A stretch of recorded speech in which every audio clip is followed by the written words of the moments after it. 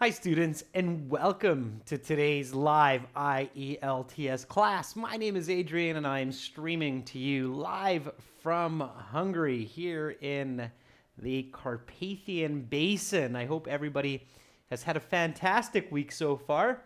This class, we are looking at IELTS reading practice for high bands, especially focusing on some list of headings and true false not given questions today. This lesson is brought to you by, and this reading is coming from, our world-class IELTS preparation website, aehelp.com, for academic IELTS. And for the general version of the exam, check us out at gieltshelp.com. I'll show you what those websites look like real quick while we wait for some more of your peers to join in. This is our academic IELTS website here. You can click that big red button to join. After you join, you get a My Student account. You can use this on your phone, tablet, and computer. Hi students, hi members. I see Parunjay Shanghung, Zainab in the class. Hi Pachu and many others. Once you're in your My Student account, you have 6 computer-based exams. You have a 100-hour fully interactive course. You have PDF exams as well. You have over 100 hours of video lessons, lots of audio CDs, and additional services that you can use. And if you're a general IELTS student, check us out here at gieltshelp.com. Click that red button to join us there. Same idea there. Hi, Mohammed. Long time no see. Good to see you in class. If you have questions about the exam or our product, send me an email, Adrian, A-D-R-I-A-N, at aehelp.com, and I will gladly answer any questions that you may have. You can get our exam books in paperback or soft copy from Amazon. Search for AE Helps Academic IELTS or GE Helps General IELTS. Today we're doing a reading. Tomorrow we will have a reading for members, followed by a Task 1 pie chart, and then some more classes on Saturday. So for this class, we will focus on list of headings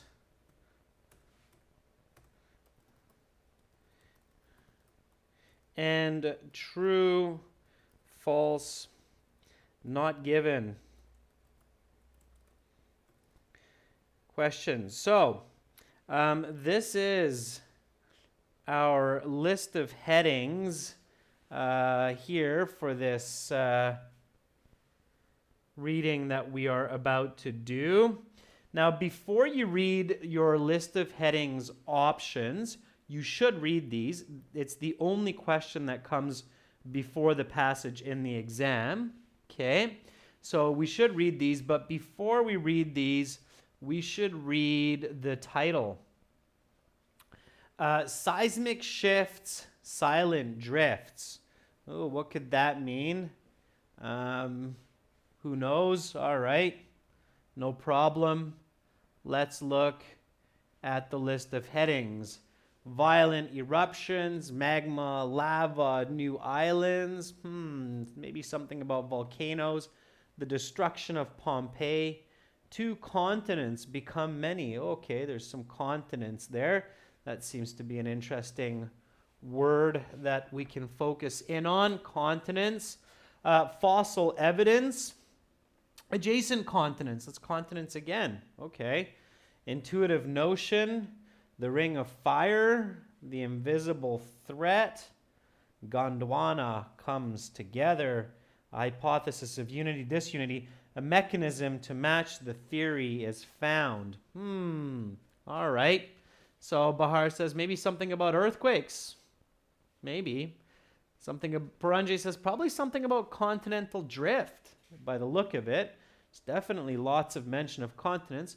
Okay, so read these list of headings questions at home, paraphrase them on paper. Now, What should you not do with list of headings questions? You're probably thinking, well, that's kind of a weird way to start off. Ajitha, Jyoti, I'm glad you joined our membership. That's great. All right, so list of headings. Do not skim read the text and try to match words. Okay, that's a bad strategy. Do not wait for a list of headings answers to jump out at you.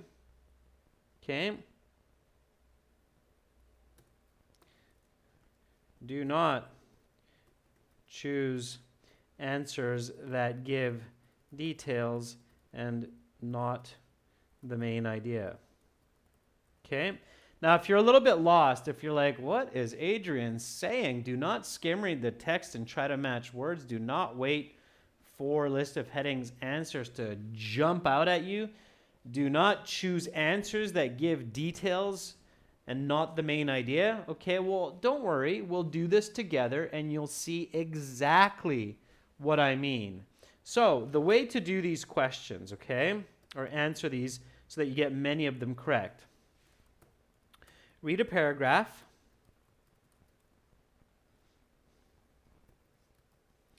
Ask, what is this paragraph about?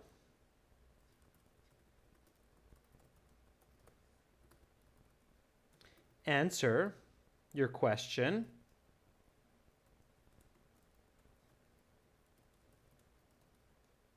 It's a very important step. Find the closest match from the list. Okay, that's the right strategy for list of headings questions, and it's not too difficult. You will see exactly how to do this. Here we go. Okay, so we're going to start reading, and then we will go through the correct steps. Here we go. Ready? Read with me. Seismic shifts, silent drifts. Let's read this together, okay? Read with me. I'm not reading for you. This is not a listening class. This is a reading class, so read with me. Let's read together, okay? If you can, read nice and loud. Here we go. When looking at a map of the world, it is natural to notice that Africa and South America seem to be able to fit together as if they are two parts of a former whole. It is this insight which led Flemish cartographer Abraham Ortelius in 1596 to put forward for the first time the idea that at one period the continents were in different places than they are today. It would take over 300 years for the theory to be fully developed and 50 years after that for the mechanism of the phenomenon to be discovered. All right, that's interesting. I understood some of it not so much. I definitely noticed that this person has an idea, something about a theory, something about a phenomenon. So now we ask, what is this paragraph about? So what is this paragraph about? Okay. So here's our first example question. What is the introductory paragraph about? Okay, now this is where many students make a mistake and they start searching for the list of headings. They look at the list of headings and they're like, oh, what is this one? What should this be? What should this be? No. Stop that. Okay? Think about your own answer first. What is this paragraph about? One of the easiest ways to make a mistake is start searching for a list of headings. So Amar says it's a theory. Zaid says it's a theory of continents and motion. Maxime says it's a theory that was introduced and developed. Okay. All right. So let's take a look and see if any of these match. Okay. Here we go. So now that we have an idea of what it's about, now we can look for the appropriate answer. So here we have our list of headings. Which one of these for you seems to be the closest match for the theory? So a theory. Okay, which one is the closest match in your mind? Okay.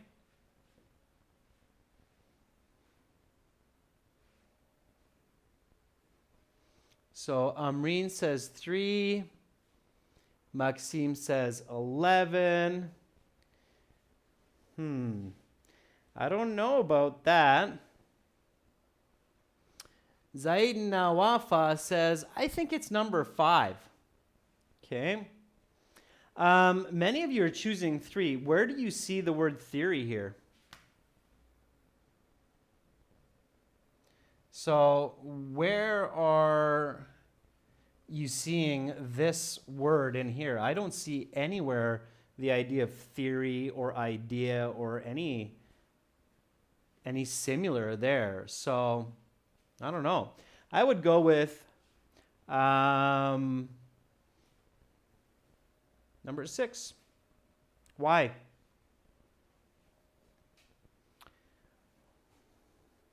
Why would I go with number 6? I think number 6 is the best answer. I don't see anybody get that one. Why? Why is number 6 the correct answer? Can anybody tell me? That's the one I would go with. Pachu says because there's an idea. And guess what? Notion is a synonym for the word idea. Okay? Intuitive means when it appears or seems to fit together. Okay? We don't know the hypothesis of unity-disunity yet. A mechanism to match the theory is found as a detail. Okay? So remember what I said, students.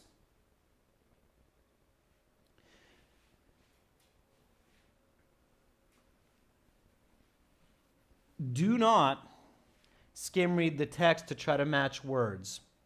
Do not wait for this answer to jump out at you. Do not choose answers that give details and not the main idea. Many of you got this answer wrong because you were looking at details and you were not looking at the main idea. The main idea in this paragraph, I'll go back and show it to you. The main idea here is there's a person called Abraham Ortelius who has an idea when he's looking at the map that different continents seem to be able to fit together. This is an intuitive notion. So when looking at a map of the world, it is natural to notice that Africa and South America seem to be able to fit together, as if they're parts of a former whole.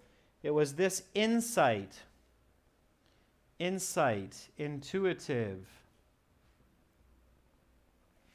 natural to notice, intuitive, seem to be able to fit together, intuitive. Okay? Idea, notion. Okay? So that's where the answer comes from. This whole introduction is about an intuitive notion. It's about an idea that the continents seem to be able to fit together. It's not about the details that you see in here. Okay, it's not about the details. Let's keep going. You'll get the hang of it. Let's go to the next paragraph. Keep practicing, and it will become much, much easier to do this. It was not until 1915 that German geologist Alfred Wegener proposed the continental drift theory, which states that the Earth's crust is made up of many sections that float slowly over the molten mantle and core of the Earth. Wegener argued that in the past, the continents were all stuck together. He called this supercontinent Pangaea, which is Greek for all Earth. Wegener hypothesized that approximately 200 million years ago, this supercontinent began to break up and the pieces began to move away from each other. What is this about? What is this paragraph about? Again, answer the question. Ask it and answer it on your own. Do not look at the choices because it's very difficult, if not impossible, for the choice to jump out at you. Okay, so Zaid says it's something about the theory of Earth's history, of its geography, right? Charlie Sen says it's maybe about Pangaea. I don't think so. I think Pangaea is a detail. It's not just about Pangaea. There's Pangaea, there's Alfred Wegener, a German geologist. It's more than just that. What is it about?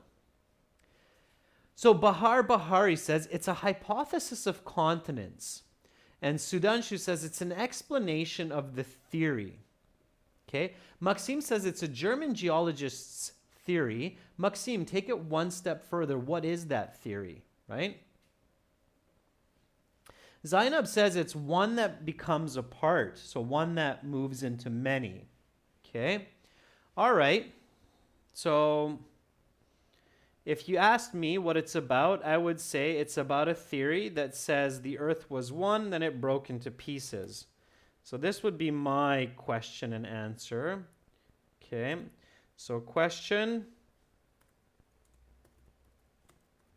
What is body paragraph 1 about? Answer. It is a theory that all continents were one and now they are many. Okay?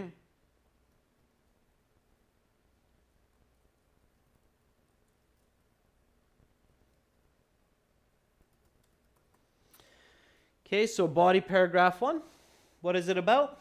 It's a theory by this German guy. The continents were just one big continent before called Pangaea, but now they're many. That would be my answer. And what is the closest match? So from the list, which one matches the closest? Yeah, Carolina, very good. So Carolina says it's the theory of a geologist that the continents are together and then they start to break up. So which one is it? Violent eruptions? No. Destruction of Pompeii? Two continents? I don't think so. It just says Pangaea. That seems like one continent. Fossil evidence? Adjacent continents? Intuitive notion? Nope. The Ring of Fire?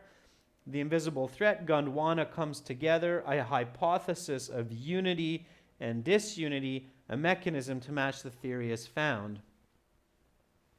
Okay, so notice what your fellow peers are saying. Some of you are saying 3, and many of you are saying 10. Many of you are saying it's going to be a hypothesis of unity and disunity, right? Okay.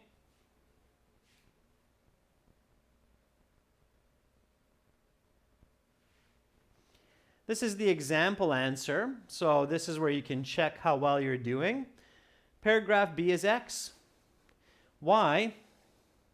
Because hypothesis is theory. Unity is Pangaea. And disunity is many continents. Okay? This, number 10, is clearly the closest match to what this paragraph is about. Okay? It can't be number 3 because it doesn't talk about two continents. I don't know where students saw two continents, but I did not see two continents mentioned in that paragraph. It talked about one supercontinent named Pangaea. Again, students, careful. Don't think that the answer will jump out at you. If you're doing the list of headings by thinking that the answer is going to pop out, like one of those magic books, you know, where you open the book and then this castle comes out, or the rainbow, or some little house or something, those pop-up books. List of headings does not work like a pop-up book, okay? Answers do not pop up at you. If that's what you're doing, you're going to have a 50-50 chance in these, okay? All right, so again, don't overthink it. Ask, answer, then choose. Let's keep going. You'll get the hang of it. Just take some practice. Let's go with C. Here we go. Read with me. Initially, Pangaea divided into two parts, named Laurasia and Gondwana. Laurasia consisted of what is today North America, Asia, and Europe, whilst Gondwana comprised modern-day South America, Africa, and Australia. These supercontinents eventually split apart further, resulting in today's continental configuration. It is interesting to note that today's continental alignment is just that. Millions of years in the future, the Earth's continents will appear very different. Given enough time, it is possible that the Earth's land masses will return to a Pangaea-like unified state. What is this paragraph about? Again, don't jump, ask and answer. So, what is body paragraph 2 about? Answer. So Amir says it talks about continent splitting. Miriam says it talks about two continents splitting into many. Kleber agrees. I agree.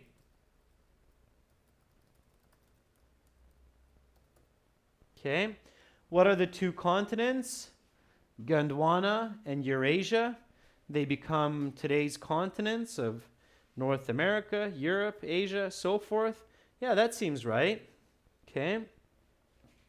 So which one is the closest match to my answer?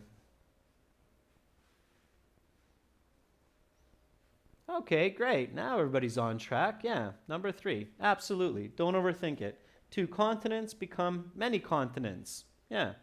So in your answer sheet for paragraph C, you put the Roman numeral 3 and you go on and you go like this, nice and steady, paragraph by paragraph. All right, let's do it. Let's go to paragraph D. Like I say, when you practice this at home, this strategy, the correct strategy, you will get the hang of it. Okay? Here we go. Paragraph D. The evidence for continental drift is plentiful.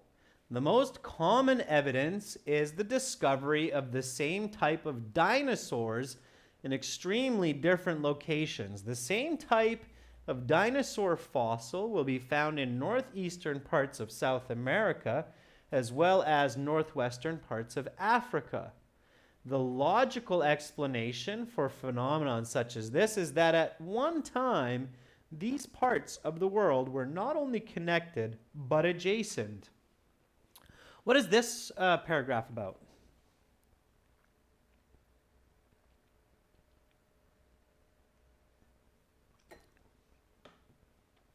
So what is body paragraph 3 about?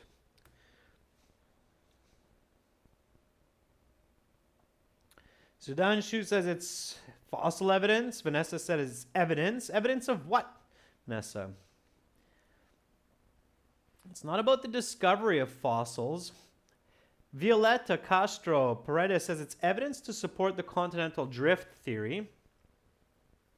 So what is it about? It's about evidence to support continental drift theory. Yeah, I would agree that that's what it's about. What's the closest match?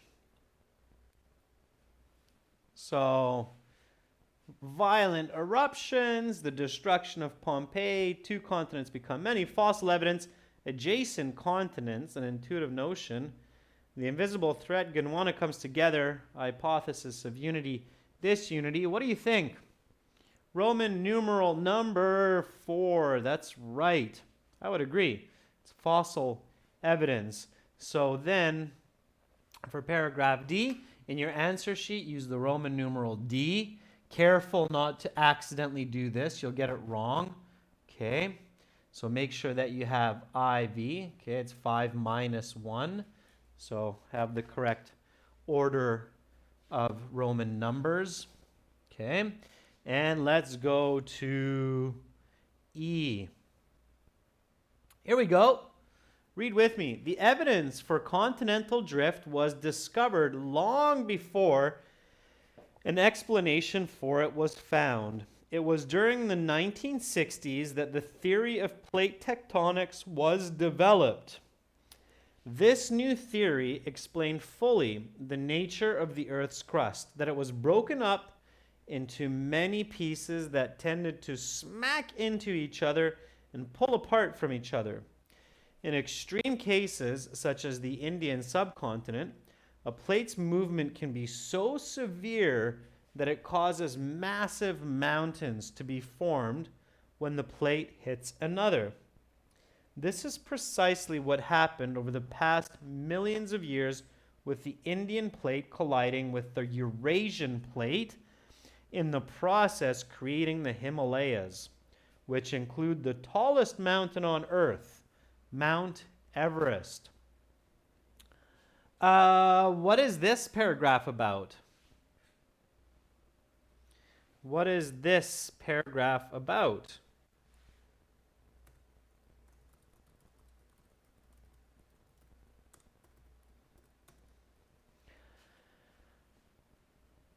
Sandeep Bhattari says the theory of plate tectonics movement.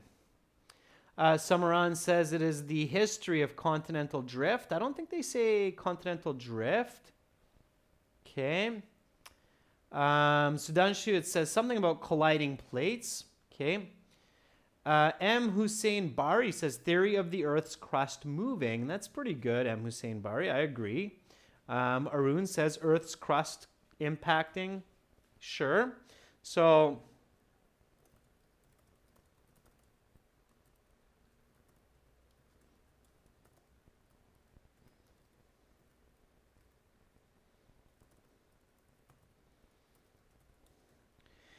yeah, so theory of the movement of the Earth's crust, the idea of plate tectonics. Sure. Yeah. Let's see if we have a close match. So which one of these do you think is the closest match to this idea of plate tectonics? Plate tectonics.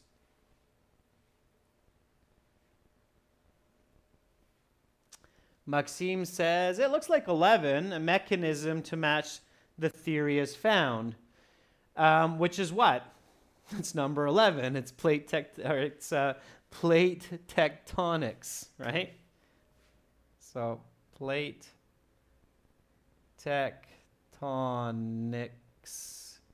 right?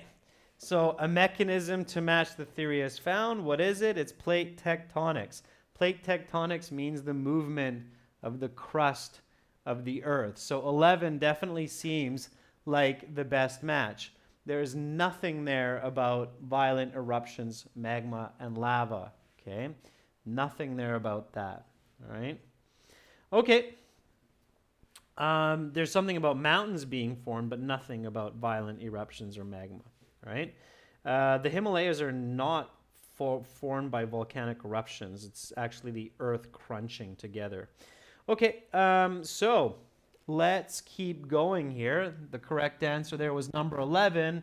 So what you should do for that paragraph is simply just put xi. Okay? Remember, you're always trying to answer the question what the paragraph is about and finding the closest match. Okay? The closest match is the mechanism is found. Plate tectonics. Let's go to F. Read with me. By the way, students, the speed that I'm reading, do you think it's too fast, too slow for the real exam? So if you're in the real exam, if you're in the real IELTS, the speed that I'm reading, is that too fast, too slow, or is it just right? What do you think? Sandeep says, it's okay. Lamiz agrees, it's good. Zaid says it's a bit fast. Vanessa says it's too slow. All right. No, it's okay. All right. So the speed that I'm reading is absolutely okay. You can actually read even a little bit slower. You can read one passage in 10 minutes, even a little bit more, 11 minutes. The most important is that you understand about 70%. The big problem why students think there's not enough time. Many students say that to me all the time. Oh, there's not enough time. I can't read the passage. There's not enough time. It's not true. Many students feel there's not enough time because they waste a lot of time searching for answers. The trick is that you shouldn't search for answers. You should be able to answer them once you read the passage. If you're searching for every answer, yeah, there's not enough time for anything. There's not enough time for skimming, scanning, or for reading. Okay? So here we go. Read with me. Plate tectonics are not only responsible for mountains and the movement of the continents, they are also responsible for volcanoes. Volcanoes usually result from one of two plate configurations. They form in places where the plates are colliding or where the plates are pulling apart. In the first case, the plates come together, pushing against each other, causing friction and heat, which allows some of the crust material to melt, resulting in liquid magma. Because magma is less dense than the surrounding rock, it ends up rising to the surface, where it becomes a volcano. An example of this type of volcano is the famous Mount Vesuvius, which destroyed the city of Pompeii in 79 CE. The second type of volcano comes from divergent plates. These types tend to be underwater, as in the mid-oceanic ridges.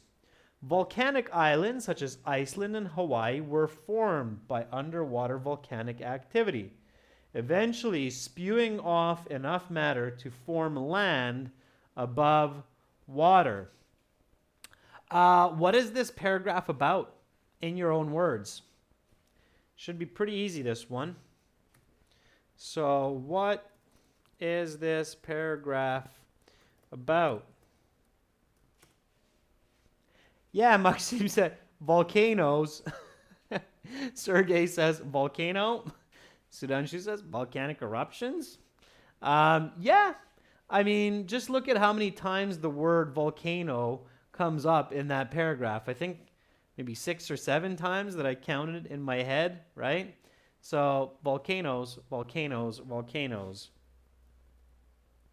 Volcano. What's the closest match to volcano? What do you think? From all of these choices, which one is the closest as a synonym of volcano? And all of you are saying, it's number 1. Violent eruptions, magma, lava, new islands. Okay, for those students who watch these classes regularly, what type of paraphrasing is this? So this is one technique, paraphrasing. What type of paraphrasing is this? So you have synonyms, right? Like big is the same as large. That's called synonym paraphrasing. Stay is the same as don't go.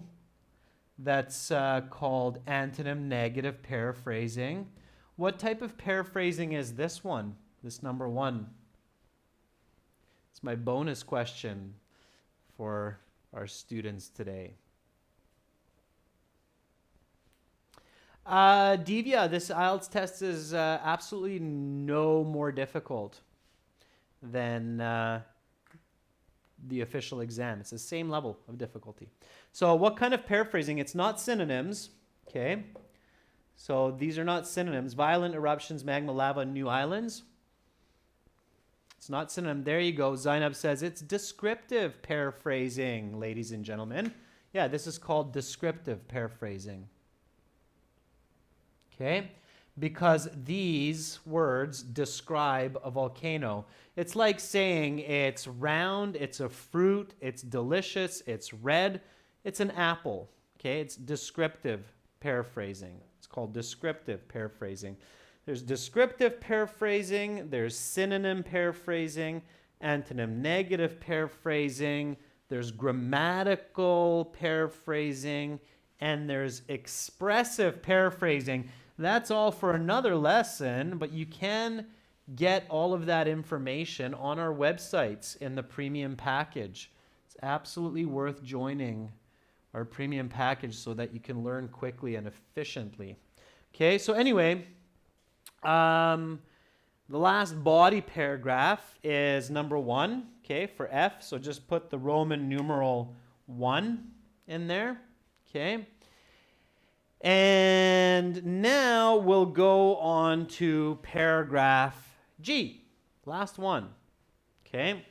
Golam, you cannot focus on keywords only. That will not be enough to get a high band score. Okay, here we go with paragraph G. Let's do it together. Let's solve this last question. Of course, read with me, read together. Of course, there's one final important result of plate tectonics: earthquakes. Earthquakes are perhaps the most terrifying of all natural disasters. They are practically invisible. They happen below the Earth's surface and have devastating results. Earthquakes happen along fault lines, places where two plates are colliding, diverging, or slipping past each other. In the case where the two plates are attempting to slip past each other, the most devastating earthquakes can occur. This is because friction does not allow the plates to pass each other until sufficient energy to counteract resistance has been built up. So, the two plates rub against each other for centuries or millennia until one day they finally slip. This slip is what results in a sudden, catastrophic earthquake. If this slip occurs in the ocean underneath the Earth's surface, it can cause a massive tidal wave known as a tsunami. If this slip occurs directly beneath a major city, massive destruction will result. There are many such cities at risk of these earthquakes, many of them along what is known as the Ring of Fire, surrounding the Pacific Ocean.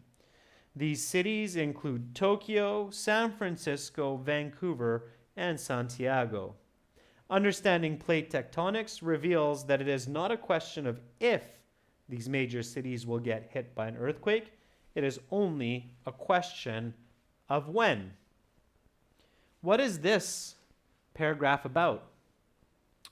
What is this about? We can keep it simple. Harsh says it's the threat of earthquakes. Kleber says it's the causes of earthquakes. Smaran, very nice. I love Smaran's answer. Smaran says it's about earthquakes and the slipping of plates or plate tectonics, right? Good. Yeah. So it's about earthquakes. And plate tectonics. Sure. Let's see the closest match. So, which of these is the closest match to earthquakes? What do you think? Which one of these would you say is, that's the closest match to an earthquake? So many of you are saying that's going to be number 8, the invisible threat.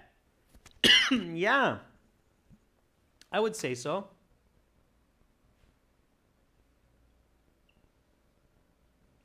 Okay. Again, it's descriptive, right? Invisible threat. You can't see earthquakes, they just happen. It describes earthquakes. So that's good, okay? When you feel it, you're like, okay, that's going to be the closest match. Ring of Fire, again, this is detail. This is just one part, an example in the paragraph. The paragraph overall is talking about earthquakes, the invisible danger of earthquakes, okay? So 8 is the best answer for that last list of headings question. And there again in your answer sheet for space 19, you would put Roman numeral 8. Okay? Then you'll get that correct. Also, students, don't second guess yourself, all right? So remember I told you what not to do for these list of headings questions, okay? Do not skim read the text and try to match words. It won't happen. You notice, like in this reading, if we tried to skim read and try to match words, it would have been impossible just because they didn't use those words. Okay, so the words that you saw in the list of headings, you don't actually see in the paragraph. That would be too easy. You don't need to know English to look at a word and match the same word in a paragraph. Then the exam wouldn't make sense. Okay, it wouldn't work. So you can't just look and match words and skim read. Doesn't work. Okay. Don't wait for the answers to jump out at you. If you're reading the list and you're thinking, oh, the answer is like a pop-up book, you're just going to go poof in my face and go, oh, there's the right answer. It jumped out at me, it hit me. No, it doesn't work like that. You have to think about the answer in your own mind. And again, students, be really careful. Don't choose answers that give the details, the examples. You have to choose the main idea. Okay? All right? Now, let's go on to true, false, not given. True, false, not given. I know many students like these questions. But again, they're not that bad when you know what to do and you know what not to do. For true, false, not given, do not skim read for these. Okay? It's not possible. You cannot skim read for not given information.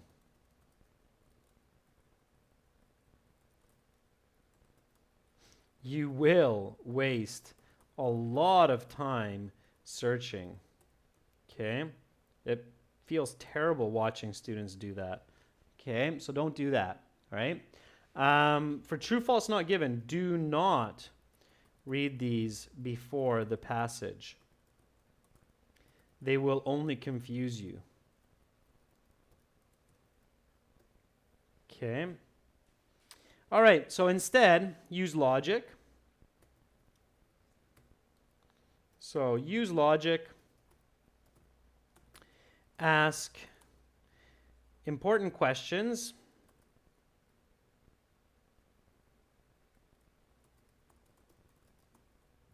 Number 1, is it important for the passage?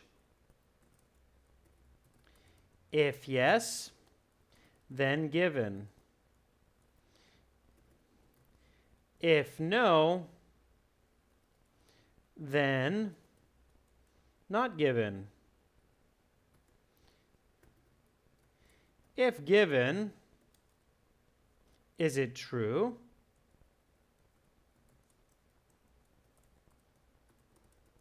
Or false?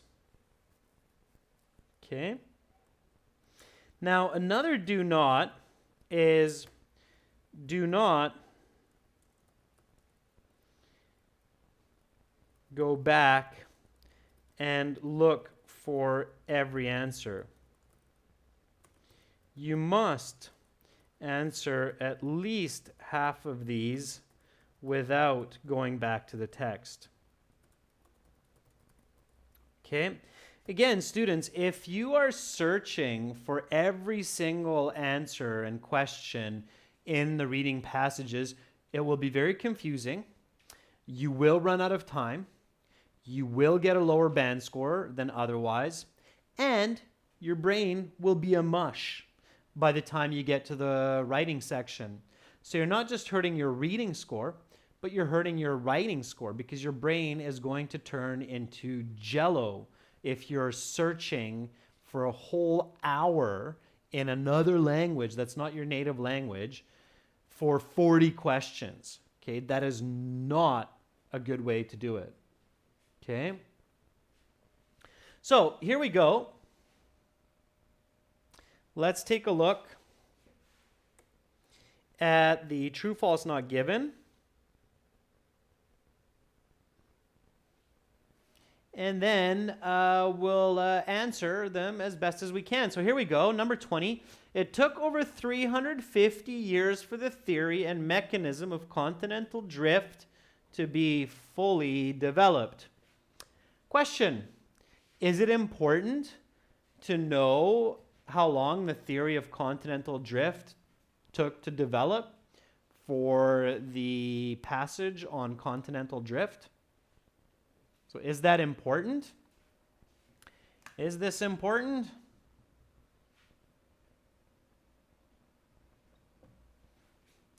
Yeah, it looks like everybody says yes. Yes, therefore it's given. Okay, now the next question.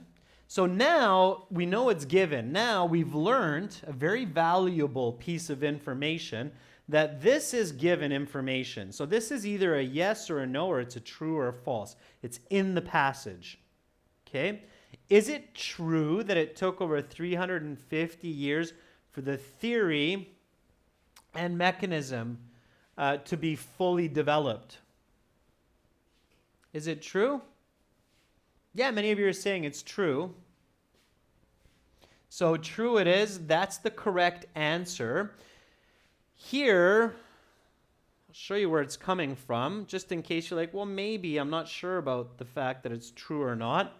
It says it would take 300 years for the theory to be fully developed. And now this is where many students might make a mistake. And 50 years after that for the mechanism. So theory and mechanism. 300 plus 50 equals 350. So it's true. Make sure to respect that the exam is a thinking test. Okay, it's a thinking test. It's not just an English test. A student very cleverly said to me the other day, Adrian, I think the IELTS is an intelligence or an IQ test, or it's testing your thinking, not just your English. Absolutely, of course. That's why there's an academic version. If it were just testing English, you don't need two versions. You could just have one version of the test, right? Okay. So 350 years it is. Okay, let's keep going. Number 21. The Earth's crusty shell is made up of plates which float slowly across the ocean.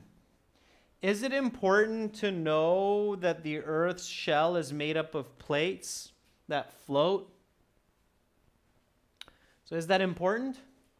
For continental drift, I mean, the passage is on continental drift, so is it important to know?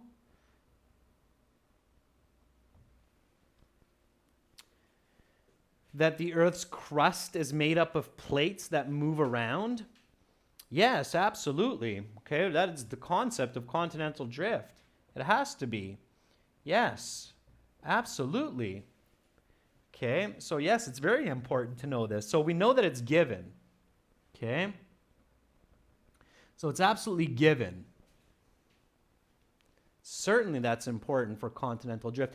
Is it true? So is it true that the Earth's crusty shell is made up of plates that float slowly across the ocean?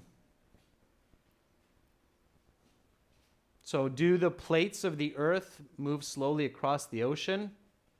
No, they don't float on the ocean. The ocean is on top of the plates. So this is false. Okay? This is definitely false. Right? The oceans are on top of the continental plates. Continental plates are much, much thicker than just the ocean. Okay?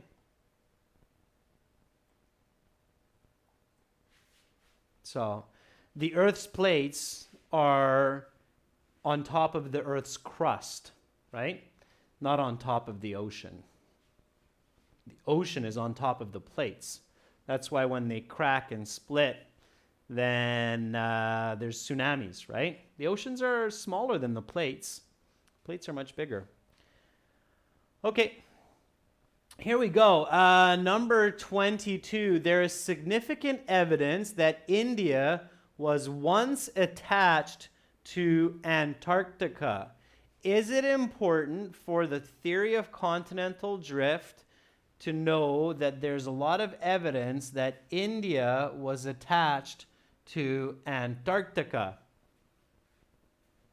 Is that important to know? Maybe, but I would say not so much. So here I would just go not given. Okay? It's possible that they talk about it, but I don't remember, especially this word. Do you remember reading a lot about Antarctica together with India? I don't remember anything like that. So I'm just going to go with not given. Number 23. Mount Everest is a result of a collision between the Eurasian and Himalayan plates. So Mount Everest, is that important to know? Is it important to know what made Mount Everest? Yes, it's important. So yes, therefore we know that it's given. So is it true? Is it true that the Himalayan plate and the Eurasian plate crashed together to make Mount Everest? No, it's false. How do we know that? Okay, this is where your grade 11, grade 12 geography is important. There is no such thing as a Himalayan plate. Okay, there's such thing as a Eurasian plate, and there's such a thing as an Indian subcontinental plate, but there's no such thing as a Himalayan plate. Himalaya, or the Himalayas, are the mountains, not the plate. Okay? Now, if you're really stuck for that, you can search for this one because it's maybe a little bit more difficult. If I had to search for this information, what should I look for? If I'm like, well, I don't know, what do they call that in English? Do they call that a Himalayan plate? What should I search for? I can search for Mount Everest. I clearly, exactly, Shang Hung says, find Mount Everest. Yeah, and I can do that.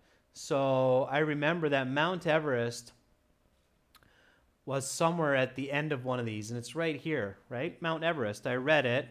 So I know it's here. So this is precisely what has happened over the past millions of years with the Indian plate colliding with the Eurasian plate. So the Indian plate hit the Eurasian plate, in the process creating the Himalayas. Okay? So that's the right answer there. All right, so students, again, one more time from today's lesson. Just a quick review, okay? List of headings. Here we go. Do not skim read the text to match words. Doesn't work. Not if you want a band 6.5 or more. Do not wait for list of headings answers to jump out at you. That doesn't work, right? Don't choose answers with details. You're looking for the heading, not the example, okay? The best way to do it, read the paragraph, ask yourself what it's about, answer the question, find the closest match, all right? That's what works. Okay? For true, false, not given, do not skim read for these because it's really tricky, if not impossible, to find not given information. Okay? Don't read these before you read the passage. They will just confuse you. If you read a lot of false and not given information, it will be confusing for your mind. Instead, use logic. Ask yourself when you read the statement, is it important for this passage that I just read? If it's a yes, then it's given, then it's going to be false or true. If it's not important for the passage, it's just simply going to be not given. Students, if you want a lot more strategies like this that work and you want to learn these in a structured, effective format, join our premium package at aehelp.com for academic IELTS and gieltshelp.com for general. Both of those websites, we train hundreds of students every day, if not thousands, and many of them succeed in their exam goals. So check us out there. Also download our app, Academic IELTS Help. That is all the time I have for today. I will be back tomorrow with a reading class for members, followed by a pie chart, task 1 example for everyone to chat and share on. That's it for me for today. Have an awesome rest of your Thursday. If it's late in your country, sweet dreams to all of you. And you're very, very welcome. Thank you for your positive feedback. Bye for now.